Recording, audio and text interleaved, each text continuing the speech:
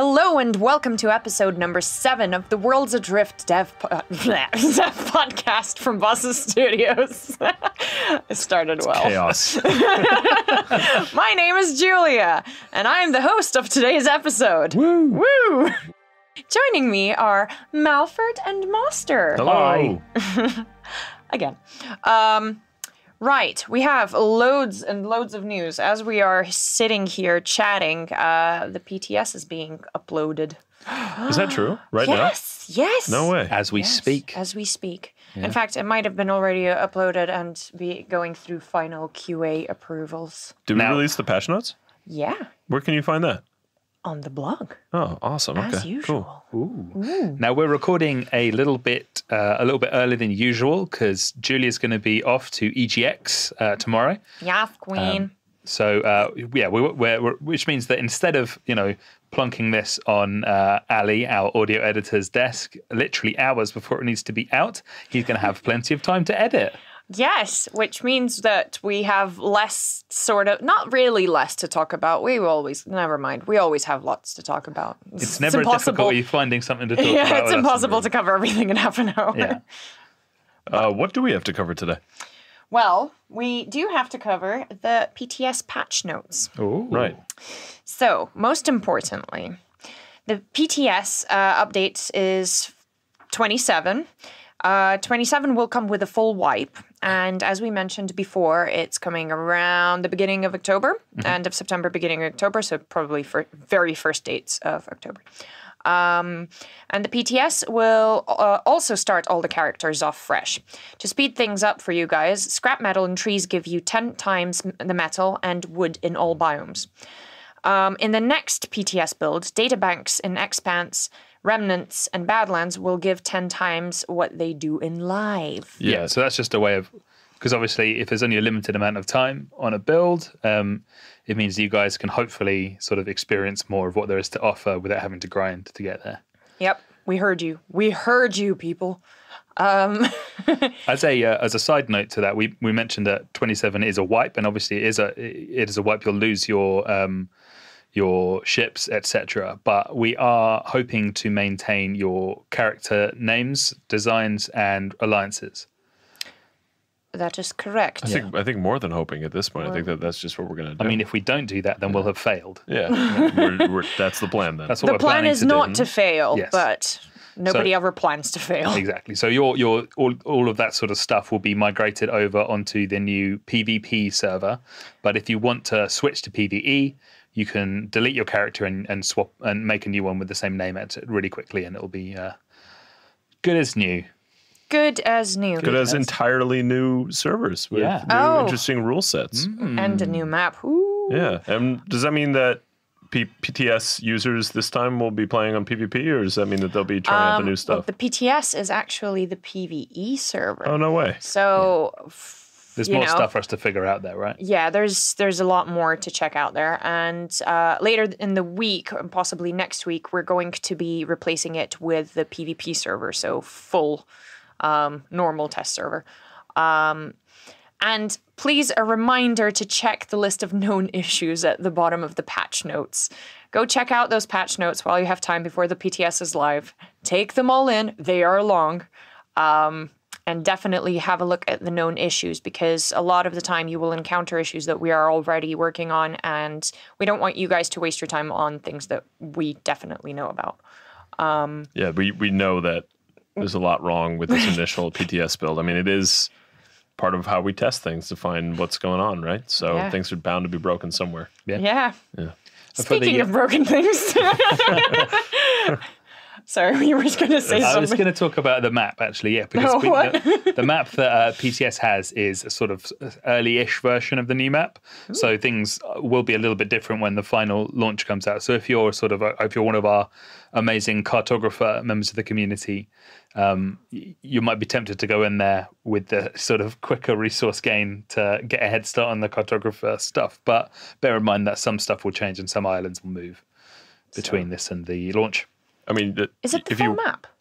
It's a full size map. It's just a slightly earlier version, so I've made some tweaks to it since then. Okay, For example, there's a at least one giant island with turrets on that's in the expanse in the not in the expanse in the wilderness in the PTS map, which is not what is supposed to happen. And all of the revival thresholds are wrong as well. So there might be for those big feature islands. Right. So yeah, those are some quick issues that I've addressed since then. Well, we have a couple of questions in regards to big islands from the community. Ooh. Later down the line, we'll get to those. I'm excited to hear them. And going back to more broken things, engines. Are engines broken? No, RNG is. You have a repair tool, don't you? Boom, RNG Whoa. So you've been working on engines since you've joined. What exactly have you been working on? And is it coming to this update, which is 27, or is it coming to 28? So since I joined, I've been working on a lot of different stuff. Like everything else, I've sort of picked stuff up and put stuff down as, fires need to be put out and whatnot. Engines fires. Engine fires is actually particularly appropriate because one of the things, as most people who follow this podcast know I've been working on, is the overheat mechanic. Oh my goodness. And that is a change that we're hoping to get in for the next update, but that sort of depends on the fallout from this update. So 28 or 29? 28 or beyond. Yeah. The promise I can make is that it's coming soon, but it's not going to be in 27. There is a lot of other good stuff in 27. We didn't feel like it was there was enough room for another big feature to go into this. Might as well drop a new game on people. Yeah, we're not going to do that. The stats for engines, for those of you who play the game a lot and remember this sort of stuff, the stats and for those who need a refresher, the stats for engines are weight, resilience, fuel efficiency, overheat, power, and spin up. And a couple of those are seen as more important than others. Power being the main one, power and weight, obviously, and their relationship between the two. I'm really hoping that by including overheat into the whole engine metagame, that becomes a third spoke in that little... right, how long you can run. How long you can run becomes just as important as how fast or how heavy, which are sort of tied together. And interestingly enough, how fast you go is going to be sort of tied into overheat, just based on how the mechanic is designed. I can go into more detail later on a different podcast back in, closer to when it's actually coming out. But once we've sort of had a chance to try some things out and decide what does and doesn't work. Yeah. I mean, it's you can't see me doing air quotes because this is a podcast, but it's air quotes done. It just needs to actually be thoroughly tested. Thoroughly, yeah. We like thorough testing. And the second part of that. Sorry for talking so long, but the second part of overheat is proximity heat, and that's going to be the one that really impacts the shipbuilding meta the most. One side of it is just about how well an individual engine can perform, and the other side of it is how well you have to build your ship to allow for the engines and the other heat-gaining ship parts that you want. And that should be coming at the same time as engine overheat, so... that's the plan right now. Expect that to be synchronized in their release date. Yes. Synchronous. That's the word. Synchronous. However, that part is going to take more testing than the other, just to see how many different types of ships we can fit in, and whether or not we're breaking things by it. Right. We don't want to limit creativity. That's the last thing we want. We want big, beautiful ships to be in our game. We might as well just call it Worlds Adrift, big, beautiful ships. Have that be the undertag. Thank you. I am known for those. I don't want to limit that at all. So we have to make sure that it's well tested before we put it in. Did that answer your question? Yeah, quite okay. Sorry, that was a lot. No, it's actually really good because some of the follow-up questions from the community are in regards to shipbuilding and how to kind of reshift the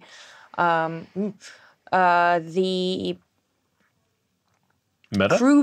The meta to instead of crew building or specifically hoarding engines to actual ship design to making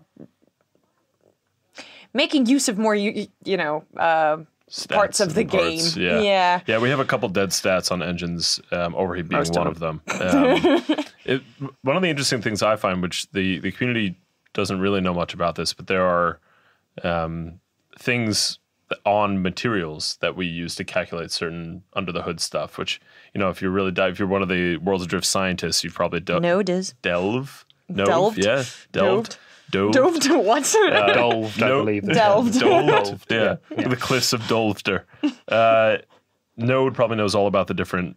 Don't look at me like that. Node probably looks at all this stuff and knows about the certain things that we have associated with materials. But one of the nice things about the Overheat system and stuff that's coming in the future is we're utilizing a stat that's been there since the beginning, but has just kind of gone unused. So again, like you said, we're trying to minimize the amount of stuff in our game that does nothing and make it do something.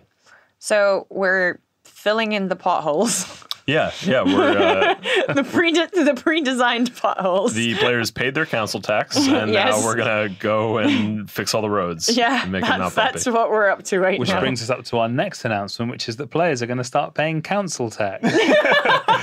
You've heard of microtransactions now have taxation. Don't worry, it's only £100 a month. Yeah, perfect. Yeah. I don't know if that makes us is that as hilarious to people living like way Outside out. England? Out Essentially, of like England, what we have out to of do London when we have specifically. houses, we have rent or mortgages. But then on top of that, we also have a subscription fee to the council, and that helps them to provide us with things like roads and other basic things. yeah, I guess. I don't know. I don't see a lot of it. It's a lot like the Sith Empire. Yeah. And You got to pay these them. shadowy figures that just sort of hang out in the background and influence the way you live your life. That's definitely how it is. Yeah. Considering I've met some of my my local councillors, they are Name drop. It's very difficult to tell the difference between one of them and Darth Tyrannus. Understandable. That makes sense as to why my life is the way it is. That's Count Dooku for those of you at home who Dickhead. don't. Yeah, all right, very good. Anyway, moving on. Apology to Sky Marshal Krell, who has said that he might get caught out at work because I laugh too much on the podcast, and if we can nerf my laugh. We should just stop being so funny. I know, right? God damn. Malford does this thing, for those of you at home who aren't aware of this, Malford does this amazing thing with his eyebrows that can get me to laugh. No matter, he's doing it right now.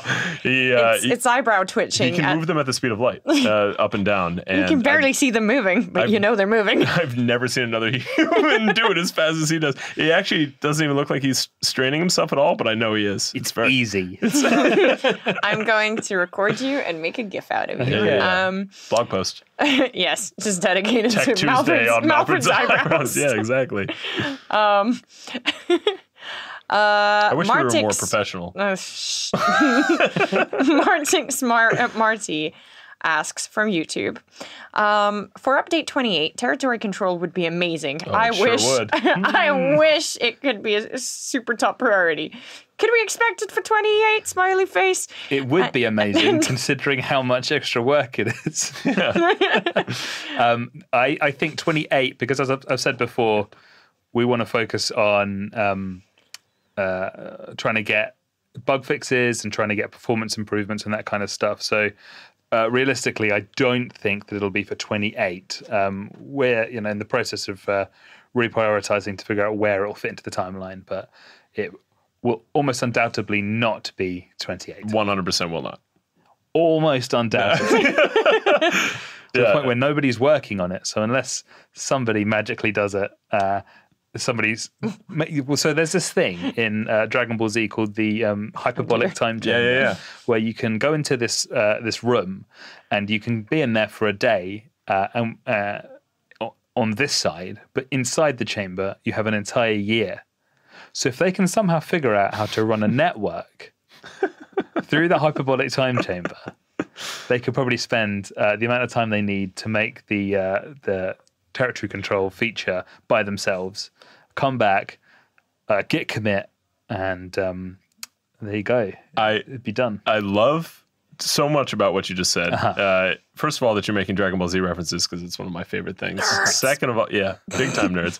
Second of all, that's pretty much for all game development. If we all had a hyperbolic time chamber, then we'd be able to make all the features in a matter of minutes. Well, you've got to remember that there's a limit on how many times you can use the chamber, obviously. Yeah, but they are able to maintain Super Saiyan for long periods of time after they leave the hyperbolic time chamber. True. And if developers did the same thing after a year of working on it, you'd probably just maintain Super Saiyan levels of development. Yeah. You just get a whole extra year of practice. I think Piccolo really got the short end of the stick in that series. Always. Back to Worlds Adrift. That kind of cancels out the second half of the question, which is, and could you explain how capturing an island would work by foot and air? Or maybe you can explain We can sort of explain that. This is tentative. It's a tentative plan. Yeah. There's a basically the idea is sort of broadly that you build these lighthouses on islands, which sort of claim that island as yours, and then you build a network of these lighthouses, which allows you to control a region. And then once you control a region, you can build a skyport, and a skyport is essentially a sort of invulnerable static base in the air that's made in the same way that ships are made. Did you say a base? Yeah, it's a base. Like building a base? Yeah, it's a base building. Dun, dun, dun. That would be crazy. And you can put chairs on it. You can come up with custom rules for how people can interact with each other. And chairs. Yeah, so for example, you could, even on the PvP server, you could create a space within within a region where gunfire doesn't work on other players and that sort of thing. So you'd be able to have make your own PvE zone. Yeah, again, all of these rules are subject to change. Absolutely. Yeah, this is just the tentative design that may end up changing. For those of you furious in the YouTube comments right now writing how we shouldn't put PvE in a PvP server, we'll think about it. It's not really PvE though. It's the point of it is isn't. Area. It's a captured area. Well, it's a safe area until somebody. It's like, for example, in Star Wars. There's another reference for everyone. The Death Star in the Return of the Jedi can't be attacked while the shield is up. So they have to go down onto Endor to destroy the shield generator. So the lighthouses are the shield generators. So you've got to go and you've got to take down these shield generators. And there'll be specific times in which those shield generators are vulnerable. Yeah. So in a way, you can only capture an island or an area if you have a lot of people in your alliance, right?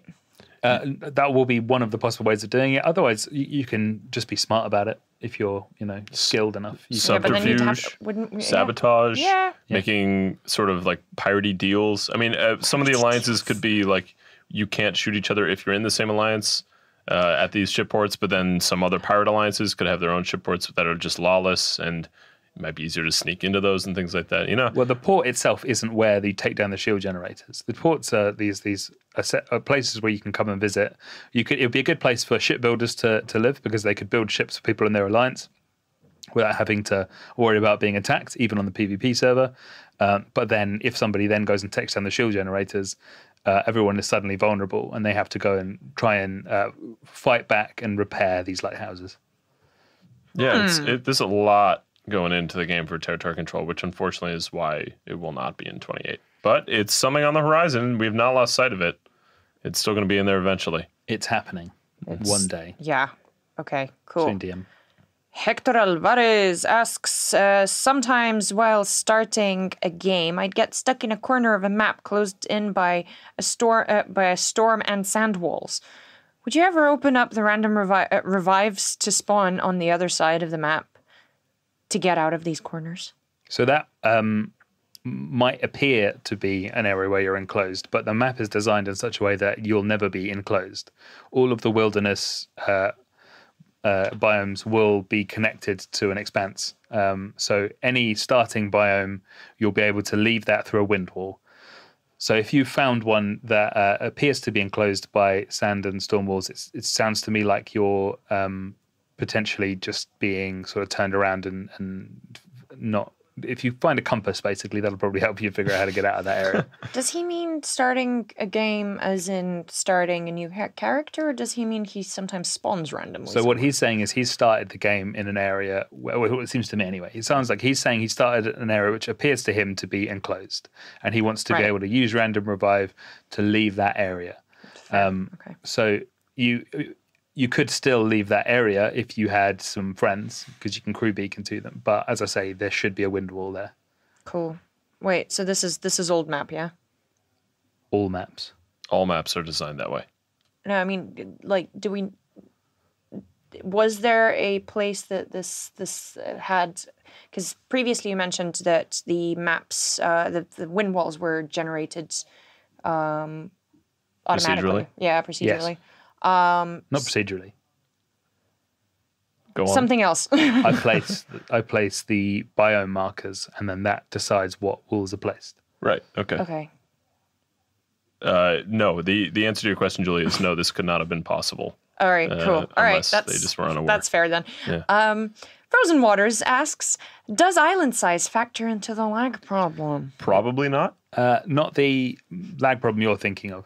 It does factor into, so for example, in the old days when we had My Giant Pancakes in the world, if you were on foot on those areas because you were crossing boundaries while on there, and because there was sort of quite a lot of geometry, etc., you might have ended up with slowdown when you looked at them and things like that.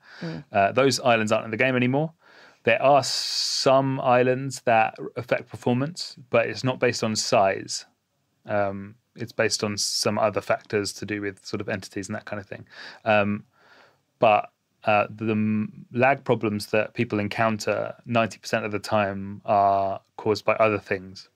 Such as? Like Do you know anything? ships, creatures, crossing boundaries, server load, that sort of stuff. Physics updates, things like that. We actually have a team of 5 people looking at it today. We just put up a big task force to tackle some of this stuff for update 27. I'm unaware of their progress on it so far, but I'm sure that they're making headway. They might make some headway for 27. Yeah. Hopefully more for 28. Cool. Yeah. That's like somebody is probably screaming when they hear this. Hopefully in a good way. Yes, good way. Sky Marshall earlier mentioned. Have you considered the following regards to the causes of lag? Island size, we just covered that. Clouds. I bet if you poll the community, they would say trash the clouds, and if they contribute to the lag. They don't. They don't feel that way. They love the clouds. Clouds are important to the game, but also, the game looks like trash without them, and they don't contribute to the lag. Yeah, wait, where did he get It's that like information? Silent Hill without the fog. Right, ship speeds, nerf top speeds are just to reduce them by a factor of 0.5. I don't think ship speed will make a difference to how badly you might be flung if you do have rubber banding. But the speed of the ship doesn't cause the lag. The thing that might cause the lag is the size of ships. This Small ships, keep it small. this the rest of this question is asking about ship speeds, and then cannons and deck gun swivel. The question, I guess, is have we considered all that stuff? The answer is yes. The further question is, have we looked into whether or not these are the things that are causing lag? And the answer for almost all of this is no. The ships / frames / parts that are trapped / caught or fall through islands, I think is how he framed it, or how he worded it. That is one thing that we're actively looking at. The complexity of ships and ships that are meant to be cleaned up by falling to the under the cloud zone underneath that gets stuck on islands and stay for a while. Those can cause lag. But the clouds, the island size, the ship speeds, the cannons and deck gun swivel, none of that is. That's its own problems. When it bugs out. Right. He also mentioned keep up the great work and please bring back tier 3 to PvP. We are going to keep doing the great work, but as nobody has you've tested, got your own server. Tier 3 will be PvP on the PvP server. Yeah. As the other tiers are as well. We've also received this feedback from a couple different members of the community, which I don't understand because they haven't played it yet. So how would they know that they want that? I think it's a matter of, with this, we are trying something, we're seeing how it goes, and we're going to adjust later. Our instinct is that it makes most sense for the Badlands to be the only PvP zone in the PvE server, but we're not, not listening. We're just trying this way. Yeah, it's open to feedback. If enough people after they play it feel like it should change, then maybe we'll definitely have a discussion about it. But to say that without trying it first, that's just silly, right? Yeah, and especially now it's going live on PTS. Right, yeah, jump in, give it a try. Yeah, and I guess, I get that there's a certain concern that, Tier 4, Badland PvP is going to be more intense for a PvE server. Because of the lack of revivers. The lack of revivers, it's going to be crowded, potentially. There's these things. But if it does actually happen, we can adjust the server. Or there's always the PvP server. So if you do want to engage and continue playing, you can roll up another character on the PvP server and continue on if you feel like you're ready for the full experience. But some people aren't, and some people just want to explore and just relax because the game's aesthetic is quite dreamy, and it's with its own dangers, and there's so many people that appreciate it for being both dreamy and magical and without the magic, but it takes you away, but there's also this constant threat in the skies. It's never safe. It's much like the sea. But a lot of people don't want that. They get scared, and especially when we've had so many players since alpha, there are way more experienced players, and this is a very skill-based game for a lot of people. So yeah, it's not a Tier 4 issue, really. That's actually an interesting segue into the last question that we have here. Yeah. It's a really long question, so I don't think we should read all of it. It's not, I don't. Yeah, I agree. It's a question that has been posed by Kevdo or Kevin. Yeah. Do you want to rephrase it? Yeah, I was just looking through it, and essentially, his main concern, his main concern is PvP can feel unbalanced when you have such large crews in the game. Yeah.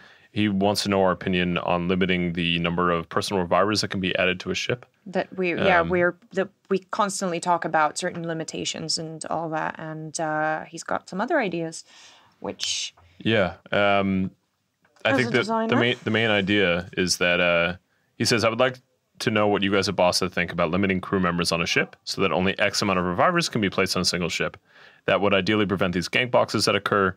Facilitate the gank boxes being like these large crews that just fly through and kill everybody. Yeah. It would facilitate the escape of smaller crews, and much bigger crews would have to fly different ships if they want to keep their numbers up.